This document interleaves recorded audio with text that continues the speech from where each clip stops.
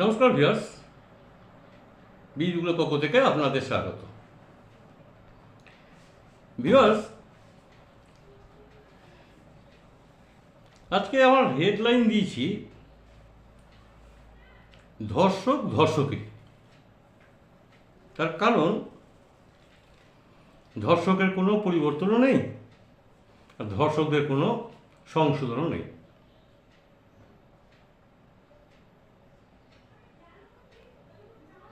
আমাদের মেয়েটি চলে যাওয়ার পর, তিলোত্তমা চলে যাওয়ার পর ভাবছেন ধর্ষিতা আমার মা বোনরা হননি। আমাদের রাজ্যে তো বটেই, সার্বিকভাবে যদি গোটা দেশের উপরে নজর রাখা যায় ভিউয়ার্স, শিহরণ জেগে যাবে কি হচ্ছে প্রতিদিন বিভিন্ন রাজ্যে। বলবেন রাজ্যকে নিয়ে ভাবুন, নিজের রাজ্যকে নিয়ে ভাবুন। কেন নিজের রাজ্যকে নিয়ে শুধু ভাববো কেন? ভারত কি আমাদের দেশ নয়? আমরা কি বলি না ভারত মাতা কি জয়? ভারতকে নিয়ে আমাদের ভাবতে হবে, একদম এন্টার দেশ নিয়েই ভাবতে হবে আমাদের। কেন শুধু রাজ্য নিয়ে ভাববো? রাজ্য তো বটে, রাজ্যকে তো অবশ্যই ভাববো। অনেক হলো তো, তিলোত্তমাকে নিয়ে তো অনেক কিছু হলো, রাত্রি জাগরণ থেকে শুরু করে, রাত দখল থেকে শুরু করে জনজাগরণ। আমি তো 60 বছর বয়স, আমি দেখিনি এরকম মিছিল। এটা তো সত্যি অবশ্যই ভালো দিক। কি তাতে কি, এটা কি লাস্ট? যে না আমাদের তিলোত্তমাই লাস্ট, তারপর আমার মা বোনরা ধর্ষিতা হননি, তাই কি? একটু ভাবুন তো। আমি বলতে চাইছি ভিউয়ার্স, প্রশাসন প্রশাসনের কাজ করছে, আদালত আদালতের কাজ করছে, তাতে ধর্ষকরা এর নয়, মানে ধর্ষকরা তাতে চিন্তিত নয়। ধর্ষকই আছে।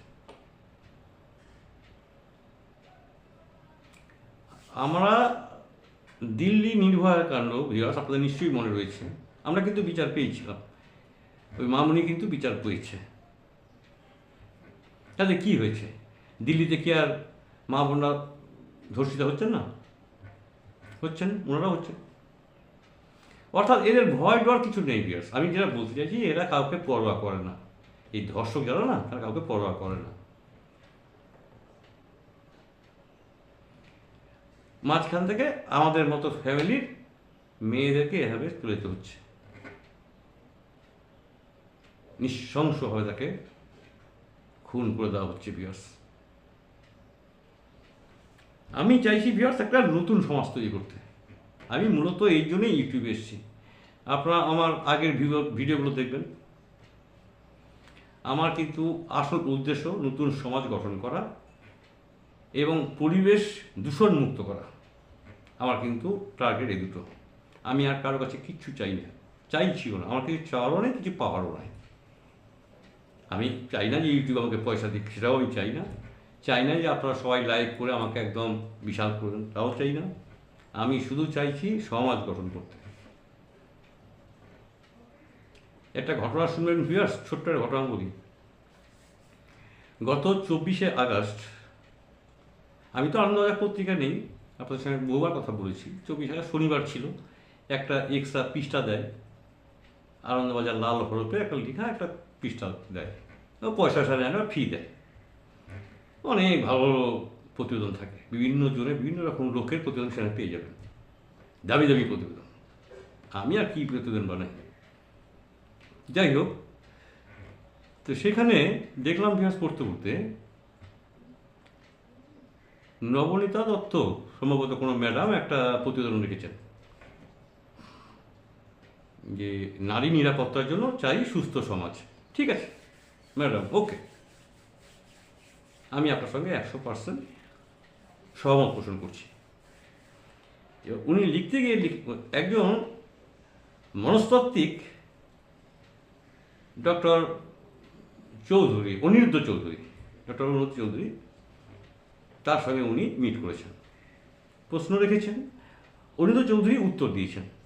আপনারা যদি পারেন ভিউয়ার্স, 24শে আগস্ট দেখবেন শেষের দিকে একটা পেপার দেয় এক্সট্রা। অনিরুদ্ধ চৌধুরী বলছেন, ডক্টর চৌধুরী বলছেন যে কোনো একটা গ্রাম, আমাদের রাজ্যে কোনো একটা গ্রাম, সেখানে ডাউরি ডেথ নেই। এই পণ প্রথার বিরুদ্ধে যে বহু মা বোনদের শিকার হতে হয়, মৃত্যুর পথ বেছে নিতে হয়, ওই গ্রামে সেটা নেই ভিউয়ার্স। একটা 40 বছর আগেকার উনি সার্ভে রিপোর্ট দেখে বলছেন যে 40 বছর আগেকার সার্ভে রিপোর্ট দেখলাম, সেখানে কোনো ডাউরি ডেথ নেই। পণ প্রথার বিরুদ্ধে যারা মৃত্যুবরণ করছে অত্যাচার সহ্য করতে না পেরে মা বোনরা, এইরকম ওখানে ডাউরি ডেথ নেই, পাবেন না। খুব ভালো, এবং উনি কতগুলো অ্যাডভাইস করেছেন। আমি স্যারকে চিনি না, ডক্টর চৌধুরীকে আমি চিনি না, আমি যোগাযোগ করার চেষ্টা করবো ওনার সঙ্গে, এবং ওই ম্যাডামকেও আমি যোগাযোগ করার চেষ্টা করবো, ওই নবনীতা দত্ত। ও ভালো লিখেছেন উনি, এনাদের সঙ্গে তো আমার আলাপ নেই, কিন্তু আমি পড়ে না আহ্লাদিত বোধ করি। এই কি সুন্দর লেখা। আমি যেটা বলতে চাইছি ভিউয়ার্স, সেই গ্রামে যে এক ভদ্রলোক দায়িত্ব নিয়েছিল সংশোধন করার, গ্রামটাকে সংশোধন করার, করেছিলেন উনি, সংশোধন করতে পেরে তিনি সাকসেসফুল হয়েছিলেন। তা আমরা এইভাবে একটা করে গ্রাম নিতে পারি না সবাই, গ্রাম বা ওয়ার্ড বেসিসে, মিউনিসিপ্যালিটির ওয়ার্ড বেসিসে, বা গ্রাম পঞ্চায়েতে গিয়ে পঞ্চায়েত বেসিসে আমরা 2-3জনকে একটা গ্রুপ করে এইসব কাজ করতে পারি না ভিউয়ার্স? যে না, এইভাবে ধর্ষণ করা যাবে না। প্রত্যেকটা নারী আমাদের মা, তাদের ভেতরে আমাদের মাতৃত্ব ভাব আনতে হবে। প্রতিটা নারী যে আমার ভোগ করার জন্য তা তো নয়। মাতৃত্ব, তাদের যে মাতৃত্ব সবসময় একটা ভাব থাকে, তারা যে নরম মনের প্রকৃতির হয়, নরম মনের মহিলারা হয়ে থাকে। এই যে মায়ের স্নেহ, মায়ের ভালোবাসা, সেটা একটু দেখার চেষ্টা করা হোক না মাদের ভেতরে, এই ধর্ষণ হবে না। আসলে আমরা ব্যর্থ ভিউয়ার্স, আমরা এই রকম সমাজটাকে তৈরি করে আনতে পারছি না। কারণ কি জানেন তো, এই রাজনীতির লোকজন নিয়ে হবে না, কিন্তু অরাজনৈতিক লোকজন নিয়ে করতে হবে এটা। রাজনীতির জায়গা থাক, আর আমাদের মতো লোক যারা অরাজনৈতিক ব্যক্তিত্ব, আমরা আলাদাভাবে এটা করি। আর যারা রাজনীতি করে, মজার ব্যাপার হলো তারা কিন্তু জানে যেটা অন্যায়, কিন্তু ওনারা কিছু বলতে পারবে না, কারণ ভোটের ব্যাপার আছে তো, ওনাদেরকে সহ্য করতে হচ্ছে, কষ্ট হলেও সহ্য করতে হচ্ছে। ওনাদের ঘরে তো মা বোন আছে, নেতা নেত্রীদের ঘরে, কিন্তু ওনারা কিন্তু সেভাবে প্রতিবাদ করতে পারছে না। আর প্রতিবাদ কে করবে? প্রতিবাদ করবে আপনি আমি, যারা আমরা রাজনীতির সঙ্গে যুক্ত নেই।